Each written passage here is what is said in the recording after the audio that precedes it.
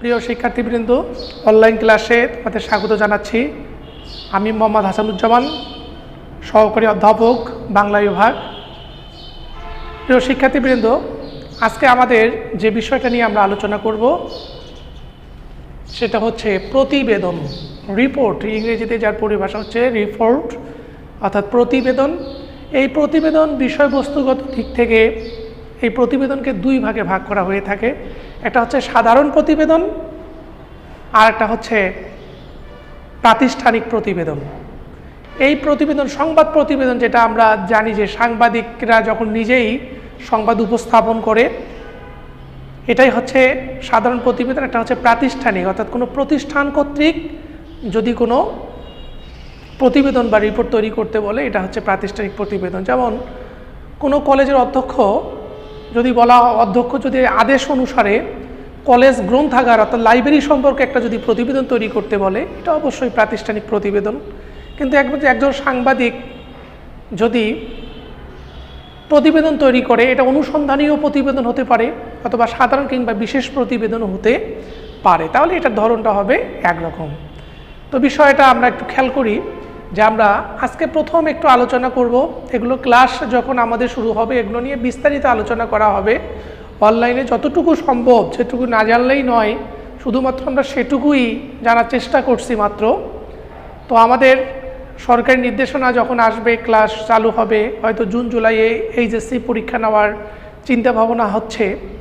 তো পরিস্থিতি যদি আমাদের অনুকূলে থাকে, প্রতিকূলে না যায়, আশা করি হয়তো শিক্ষা প্রতিষ্ঠান খুললে আমরা এই ক্লাসে এগুলো বিস্তারিত আলোচনা করতে পারবো স্বল্প সময়ের মধ্যে। তো আজকে আমরা একটু দেখি, আমরা একটা প্রতিবেদন তৈরি করতে যাচ্ছি, সেটা হচ্ছে একটা সাধারণ প্রতিবেদন নিজস্ব।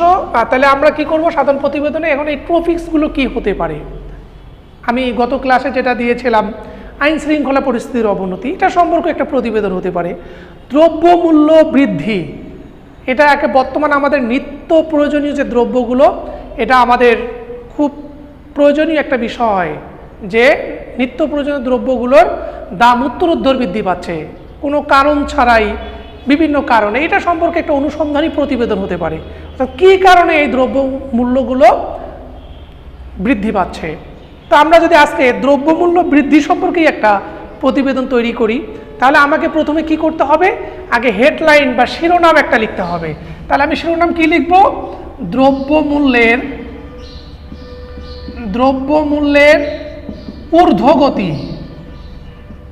ঊর্ধ্বগতি। তাহলে এটাকে যদি আমি একটু সাজিয়ে লিখি, তাহলে কি লিখব? দ্রব্যমূল্যের ঊর্ধ্বগতি জনজীবনে অস্বস্তি।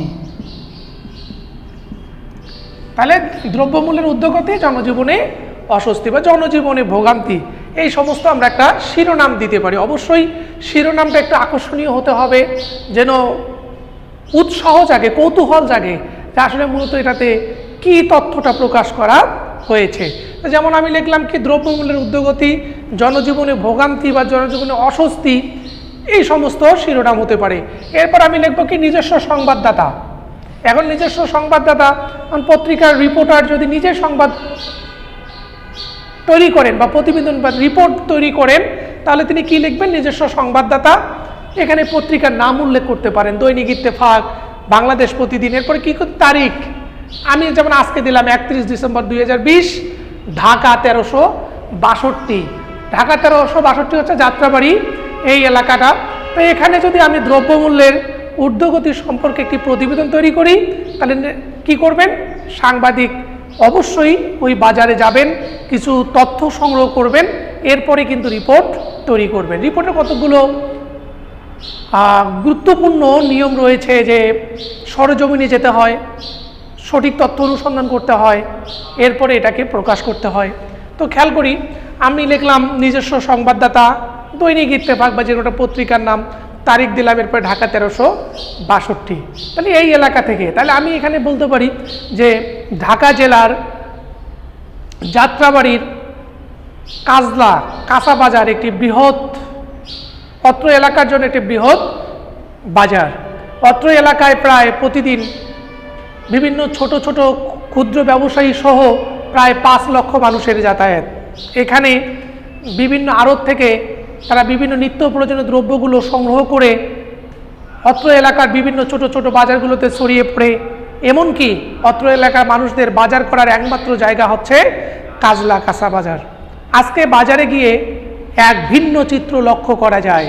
প্রত্যেকটি দ্রব্যের দাম কেজি প্রতি 10 থেকে 20 টাকা পর্যন্ত বেড়ে গিয়েছে।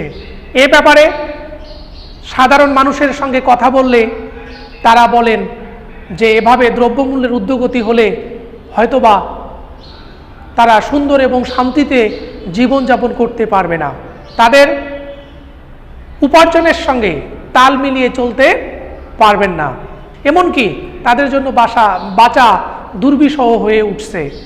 এ ব্যাপারে ক্ষুদ্র ব্যবসায়ী কিংবা আড়তদারদের সঙ্গে কথা বললে তারা বলেন যে প্রত্যেকটি বাজার স্থিতিশীল রয়েছে, কোনো কোনো দ্রব্যের দাম প্রতি কেজিতে 5 থেকে 10 টাকা বৃদ্ধি পেয়েছে।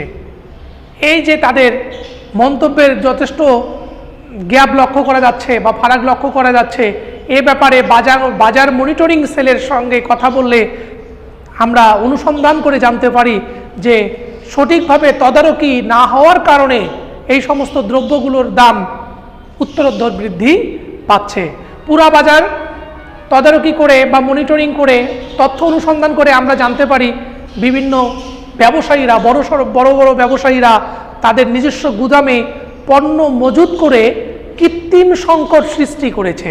অর্থাৎ যথেষ্ট পরিমাণ পণ্য কিংবা এই সমস্ত দ্রব্যাদি থাকা সত্ত্বেও তারা গুদামজাতকরণ করে কৃত্রিম সংকট সৃষ্টি করে দ্রব্যগুলোর দাম বৃদ্ধি করেছে। এ ব্যাপারে বাজার মনিটরিং সেলের সঙ্গে কথা বললে তারা বলেন পর্যাপ্ত লোকবলের অভাবে বাজার মনিটরিং ব্যবস্থা সঠিকভাবে চালানো সম্ভব হচ্ছে না। এরপরে আমরা বলতে পারি যে তাহলে এই অবস্থা আর চলতে দেওয়া যায় না। এই অবস্থা চলতে থাকলে নিম্ন আয়ের মানুষেরা কখনোই স্বাচ্ছন্দ্যে জীবনযাপন করতে পারবে না। অতএব এই সমস্যা সমাধান করার জন্য যথাযথ কর্তৃপক্ষ বাজার মনিটরিং সেল কিংবা ভ্রাম্যমাণ আদালতের মাধ্যমে বাজার মনিটরিং করে দৃষ্টান্তমূলক শাস্তি প্রদান করা হলে দ্রব্যমূল্যের দাম স্থিতিশীল থাকবে বলে মনে করছি। দিয়ে এখানেই আমরা এ পর্যন্ত লিখে রাখতে পারি। তাহলে এভাবেই আমরা একটা প্রতিবেদন তৈরি করতে পারি। এবার এই প্রথম প্রতিবেদন, অতএব খুব সহজভাবে একটা সাধারণ প্রতিবেদন তৈরি করব। আমি প্রথমে বলেছিলাম প্রথমে কি দেব, আমি প্রশ্নের নম্বর দিয়ে হেডলাইনটা, এটা যেটা আইন শৃঙ্খলা পরিস্থিতির অবনতি হয় তাই দেব, দ্রব্যমূল্য হলে দ্রব্যমূল্য যে বিষয়ে থাক না কেন প্রশ্নে, তাহলে আমি দিয়েছিলাম দ্রব্যমূল্যের ঊর্ধ্বগতি জনজীবনে অস্বস্তি বা ভোগান্তি। এটা খাতার মাঝামাঝি লিখে আমি ব্লট করে লিখব এবং আন্ডারলাইন করে দেব। এরপর আমি লিখব নিজস্ব সংবাদদাতা, পত্রিকার নাম, তারিখ, এরপরে যে এলাকার নাম ঠিকানাটা দিয়ে আমি লেখা শুরু করব। আমাদের এখানে কতগুলো বিষয় একটু ইমার্জেন্সি, যেটা হচ্ছে প্রতিবেদকের নাম ও ঠিকানা, প্রতিবেদন তৈরির সময়, প্রতিবেদনের স্থান, এই বিষয়গুলো আমরা উল্লেখ করতে পারি। তো এইভাবেই যদি আমরা প্রতিবেদন তৈরি করি তাহলে আশা করা যায় আমরা ভালো নাম্বার পেতে পারবো। তবে আজকে আর নয়, সবাই ভালো থাকো, সুস্থ থাকো। সবাইকে 2021 সালের অগ্রিম শুভেচ্ছা জানাচ্ছি। Happy new year. সবাই ভালো থাকো, বাস্তবে রূপায়িত হোক তোমাদের জীবনের কাঙ্ক্ষিত স্বপ্নগুলো, সেই শুভকামনা রেখে আজকের ক্লাস এখানেই শেষ করছি। আল্লাহ হাফেজ।